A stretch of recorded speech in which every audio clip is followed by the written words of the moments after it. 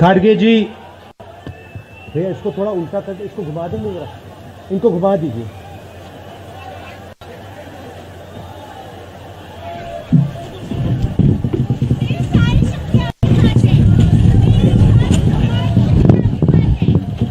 खारगे जी, कमल हसन जी, वेणुगोपाल जी, शक्ति सिंह गोहिल जी, Anil ji, stage पे Congress party के senior नेता, हमारे प्यारे कार्यकर्ता, भाइयों और बहनों, प्रेस के हमारे मित्रों,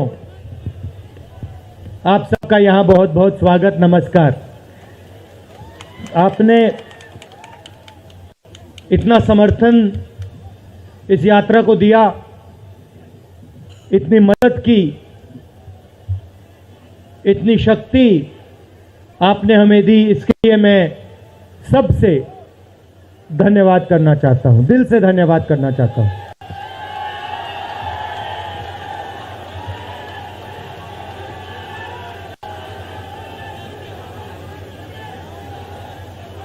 इस यात्रा का लक्ष्य भारत को जोड़ने का है।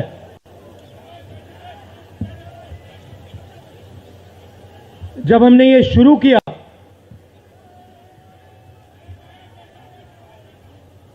कन्याकुमारी में यात्रा शुरू की, तो मैं सोच रहा था कि नफरत को मिटाने की जरूरत है, और मेरे दिमाग में था कि इस देश में सब जगह नफरत फैली हुई है, मगर जब मैंने चलना शुरू किया तो सच्चाई बिल्कुल अलग थी। मैंने मीडिया के बारे में कहा, शुरुआत में कहा कि हमारे दोस्त हैं,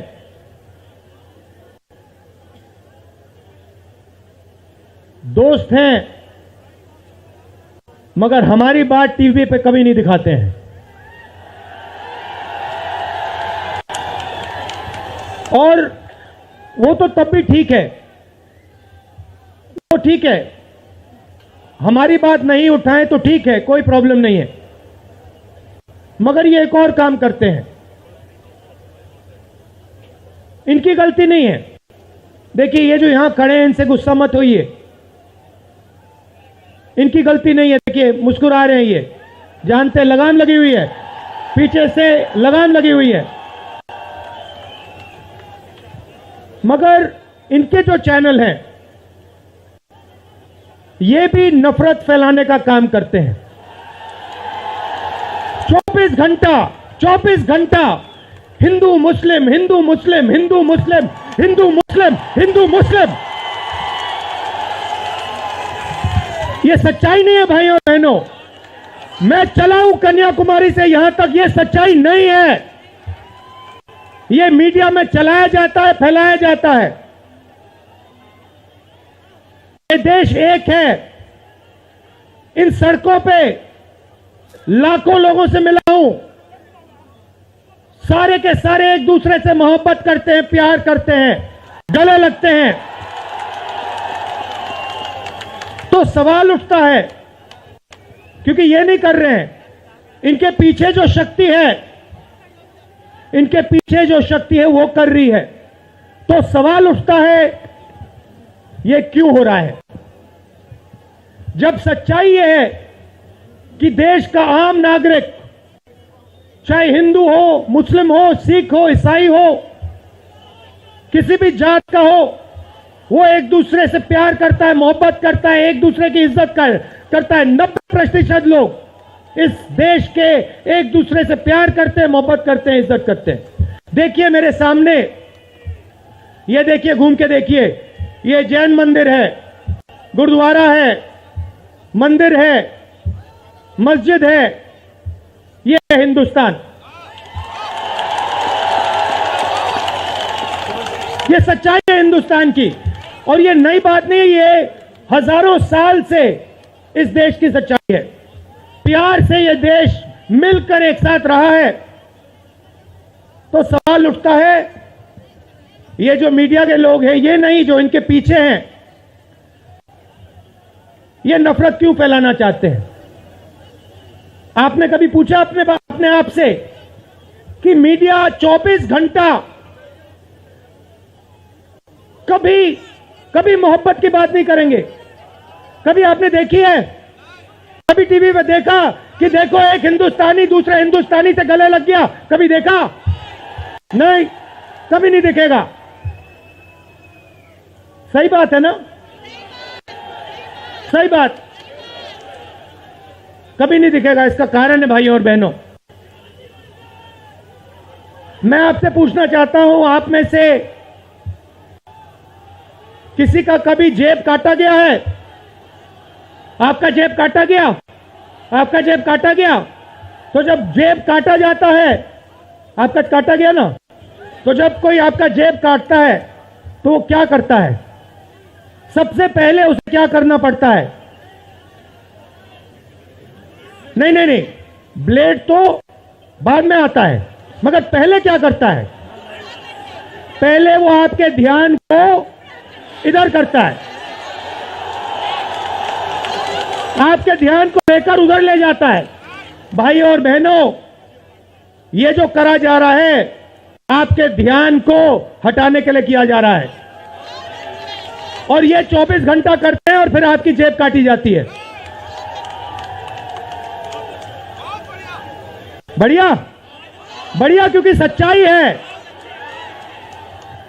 24 घंटा हिंदू मुस्लिम, हिंदू मुस्लिम, हिंदू मुस्लिम, और फिर जो भी आपका पैसा है, किसानों का, मजदूरों का, आपके एयरपोर्ट, आपके पोर्ट, आपकी सड़कें,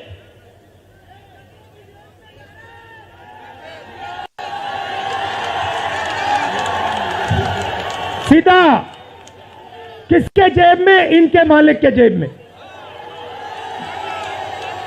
इनको कौन चलाते हैं? नाम बताओ। देखो, सब जानते हैं, पूरा हिंदुस्तान जानता है। भाइयों और बहनों, ये नरेंद्र मोदी जी की सरकार नहीं है, ये अंबानी अदानी की सरकार है। ये सच्चाई है, और ये पूरा लक्ष्य इनका आपके ध्यान को इधर से उधर, उधर से इधर करने का है। मैं 2800 किलोमीटर चला हूं, 2800, मुझे कहीं नफरत नहीं दिखी, कहीं हिंसा नहीं दिखी, कहीं मारपीट नहीं दिखी। मगर जब मैं इनका टेलीविजन खोलता हूं, 24 घंटे मुझे मारपीट, हिंसा, नफरत दिखाई देती है। क्यों? क्योंकि ये आपका ध्यान इधर से उधर ले जाना चाहते हैं। जो सच्चे मुद्दे हैं उस पे आपका ध्यान गलती से ना चला जाए। जैसे जब कोई आपकी जेब काटता है, वो चाहता है कि आपका ध्यान आपके जेब पे गलती से भी ना चला जाए। ये हो रहा है इस देश में। तो आपका ध्यान कहां जाना चाहिए? मैं आपको बताता हूं। सबसे पहले आपका ध्यान जो हिंदुस्तान के युवा हैं उनकी ओर जाना चाहिए। आप किसी भी युवा से पूछ लीजिए, वो आपको बताएगा, मैंने इंजीनियरिंग की, मैं डॉक्टर बनने के लिए पढ़ा, मैंने आईएएस के लिए तैयारी की, मैं जज बनने की कोशिश कर रहा था। पूछो क्या किया? पढ़ाई की, कितने साल की, स्कूल, कॉलेज, यूनिवर्सिटी सब पढ़ लिए, और फिर क्या हुआ? आज क्या करते हो? मजदूरी करता हूं, पकौड़े बनाता हूं।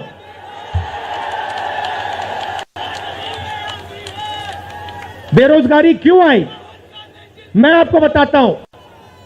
और जो हमारे छोटे व्यापारी हैं, जो स्मॉल और मीडियम बिजनेस चलाते हैं, आप अच्छी तरह सुनिए, क्योंकि आप इस देश के भविष्य हो। अगर इस देश को कोई रोजगार दे सकता है तो इस देश का किसान और ये जो छोटे व्यापारी हैं और स्मॉल और मीडियम बिजनेसेस चलाते हैं ये लोग हैं। क्यों? क्योंकि ये लाखों हैं,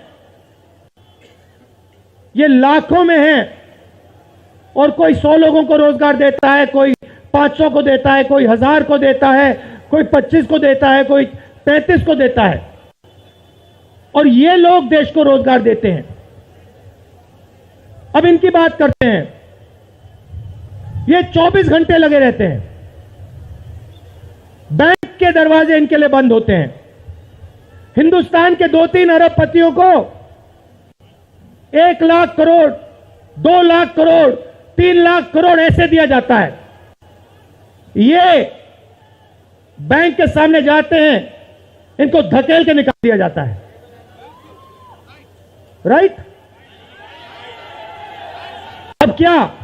ठीक है, बैंक का पैसा नहीं दिया तब भी मान ली बात, तब भी मान ली बात। मगर फिर क्या किया? फिर प्रधानमंत्री ने नोटबंदी की और प्रधानमंत्री ने गलत जीएसटी लागू की। भाई और बहनों, ये पॉलिसी नहीं है, ये हथियार है। छोटे व्यापारियों को, स्मॉल और मीडियम बिजनेस वालों को और किसानों को मारने के हथियार हैं ये। और जब इन्होंने ये काम किया तो देश के जो युवा हैं उनको रोजगार नहीं मिल सकता, सवाल नहीं उठता, क्योंकि जो रोजगार देने वाले हैं उनकी रीढ़ की हड्डी आपने तोड़ दी। किसके लिए तोड़ी? किसके लिए तोड़ी? इनके जो मालिक हैं उनके लिए तोड़ी। गेम को समझो। अब देखिए, अब आगे चलते हैं। युवाओं की बात की, स्मॉल और मीडियम बिजनेस वालों की बात की, दुकानदारों की बात की। अब सड़कों पे मुझे हजारों किसान मिले हैं।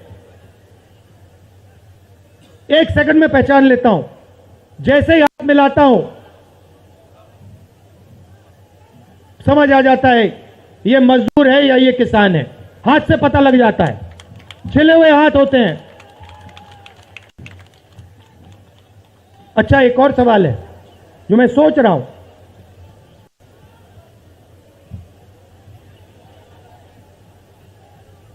प्रेस वाले ने मुझे पूछा क्या आपको ठंड नहीं लगती? और मैंने सोचा ये मुझसे पूछ रहे हैं, हिंदुस्तान के किसान से क्यों नहीं पूछते?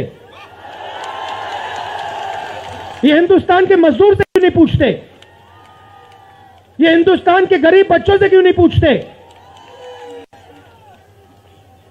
फिर कहते देखो 2800 किलोमीटर चल लिए, कोई बड़ी बात नहीं है।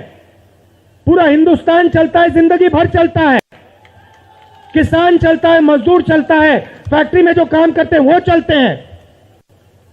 तो हमने ये कोई बड़ा काम नहीं किया भाई और बहनें, पूरा हिंदुस्तान करता है, रोज करता है।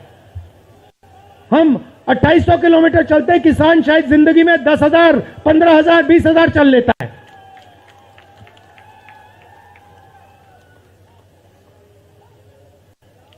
तो मैं चाहता हूं कि ध्यान सही जगह जाए। अब बीजेपी ने धर्म की बात उठाई है, हिंदू धर्म की बात करते हैं। मैं आपसे पूछना चाहता हूं, हिंदू धर्म में कहां लिखा है कि गरीबों को, कमजोर लोगों को कुचलना चाहिए? कहां लिखा है? कहां लिखा है कि कमजोर लोगों को मारना चाहिए? कहां लिखा, मुझे बताओ। मैंने तो कहीं नहीं पढ़ा। मैंने गीता पढ़ी है, उपनिषद पढ़े हैं, कहीं नहीं पढ़ा मैंने।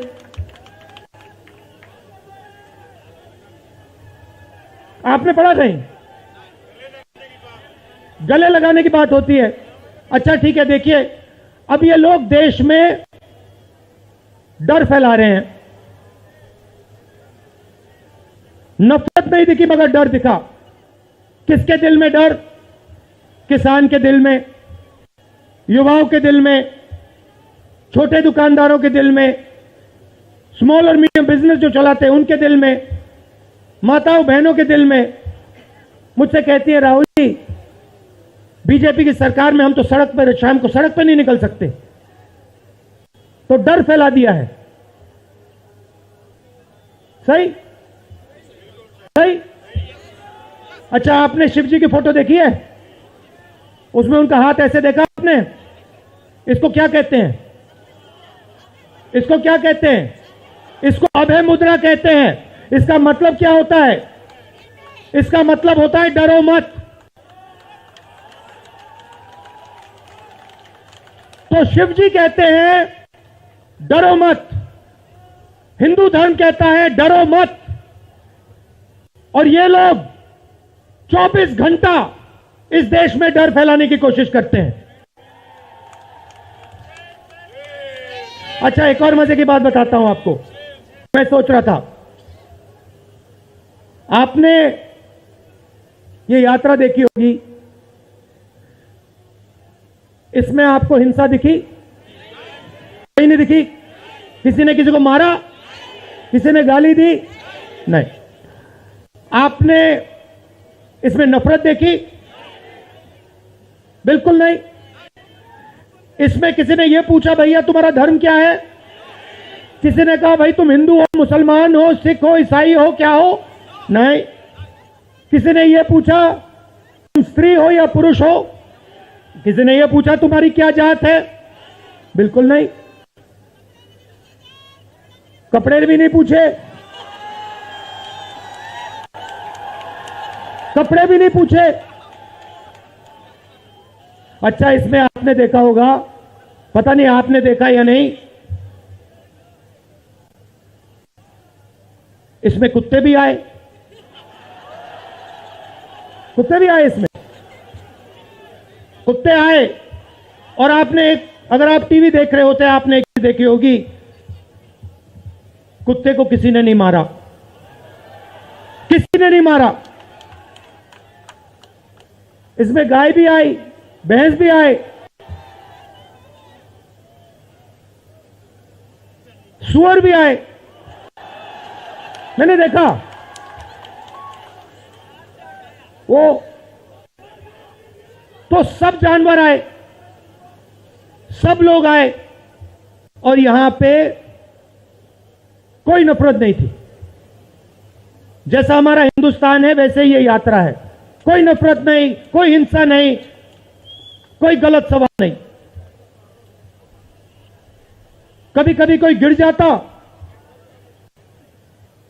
जैसे हमारे हरियाणा के पीसीसी गिरे, धड़ाम से गिरे, केरला के सब नेता गिर गए, 1 सेकंड में लोग उनको उठा लेते थे। 1 सेकंड में, टाइम नहीं लगता था। यह है हिंदुस्तान। नहीं, देखिए मैं आपको एक बात बताता हूं, सच्चाई समझनी होगी। सच्चाई यह है कि जैसे इन पर लगाम लगी हुई है, वैसे हिंदुस्तान के प्रधानमंत्री पे भी लगाम लगी हुई है।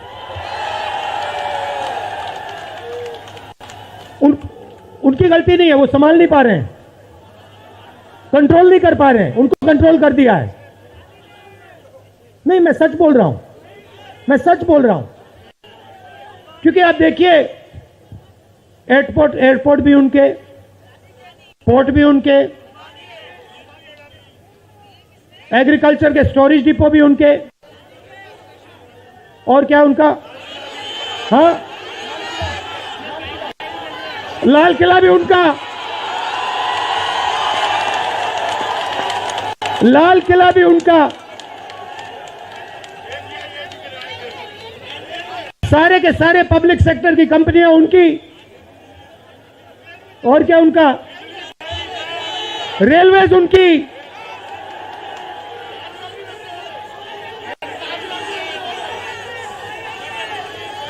अभी भाइयों और बहनों ताजमहल भी चला जाएगा,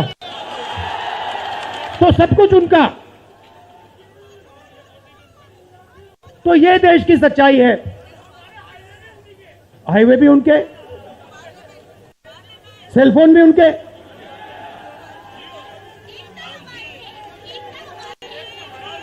मगर सच्चाई हमारी। आप देखिए, मैं आपको बताता हूं, आपको मैं बताता हूं, अपनी कहानी बताता हूं। जब मैं राजनीति में आया, 2004 में आया, हमारी सरकार थी, चुनाव जीते थे, और ये प्रेस वाले 24 घंटा मेरी प्रशंसा करते थे।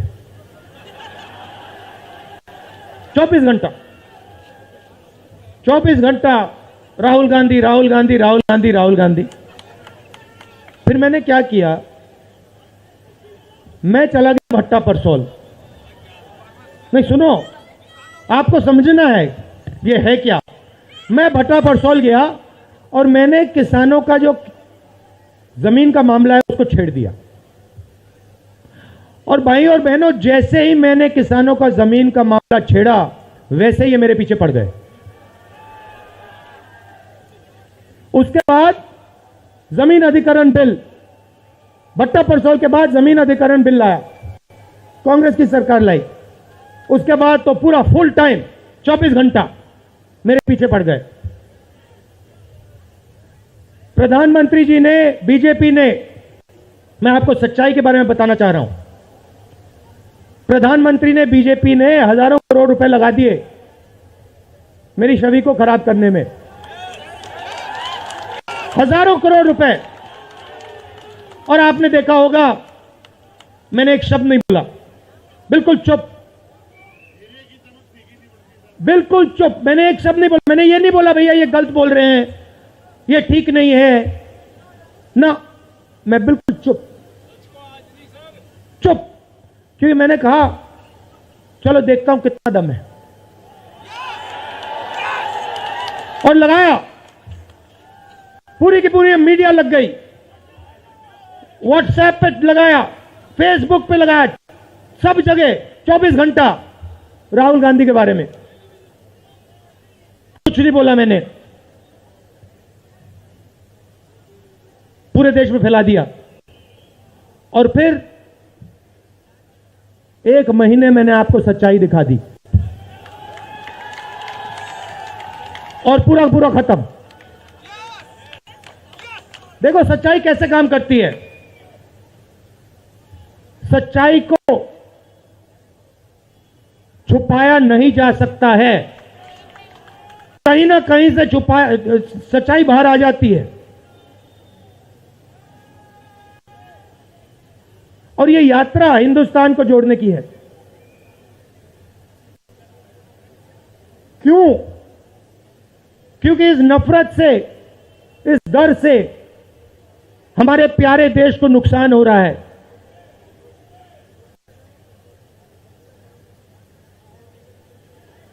यह सच्चाई है, और इसीलिए हमने ये यात्रा कन्याकुमारी से लेकर कश्मीर तक शुरू की है। और ये जो हमारा तिरंगा है, इसको हम श्रीनगर में जाके वहां पे लहराएंगे। और आप में से हजारों लोग हमारे साथ चलोगे, हजारों लोग चलोगे।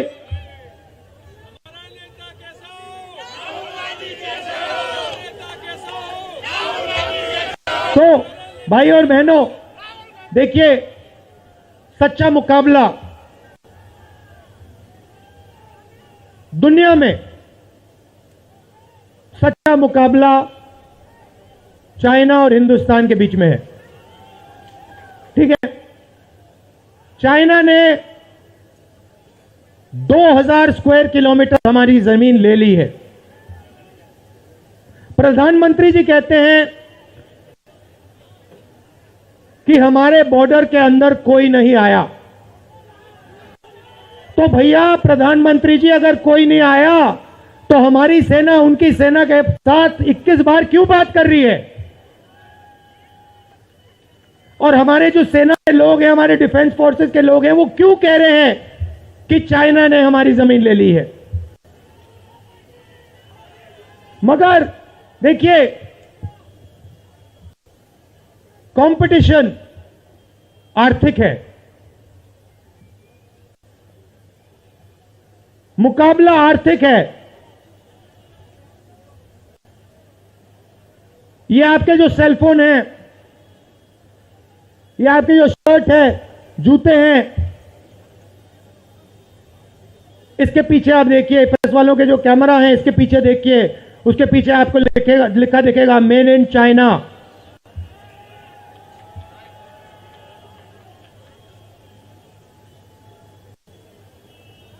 हमें शर्ट के पीछे, सेलफोन के पीछे, जूतों के नीचे मेड इन इंडिया लिखना है। और एक ऐसा दिन आना चाहिए जब शंघाई में कोई युवा नए जूते खरीदे, उसके नीचे देखे made in new Delhi India. ये हिंदुस्तान चाहिए, इसी से हमारे युवाओं को रोजगार मिलेगा। तो ये करना ही पड़ेगा, चॉइस नहीं है। और ये हम करके दिखा देंगे। ये देश कर सकता है, करके दिखा सकता है। आप सबने इतना प्यार दिया,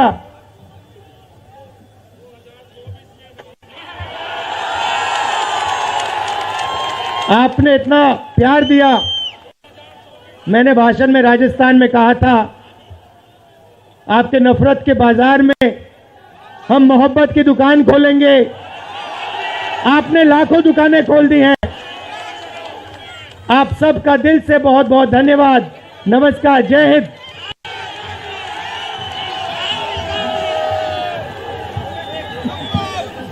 धन्यवाद।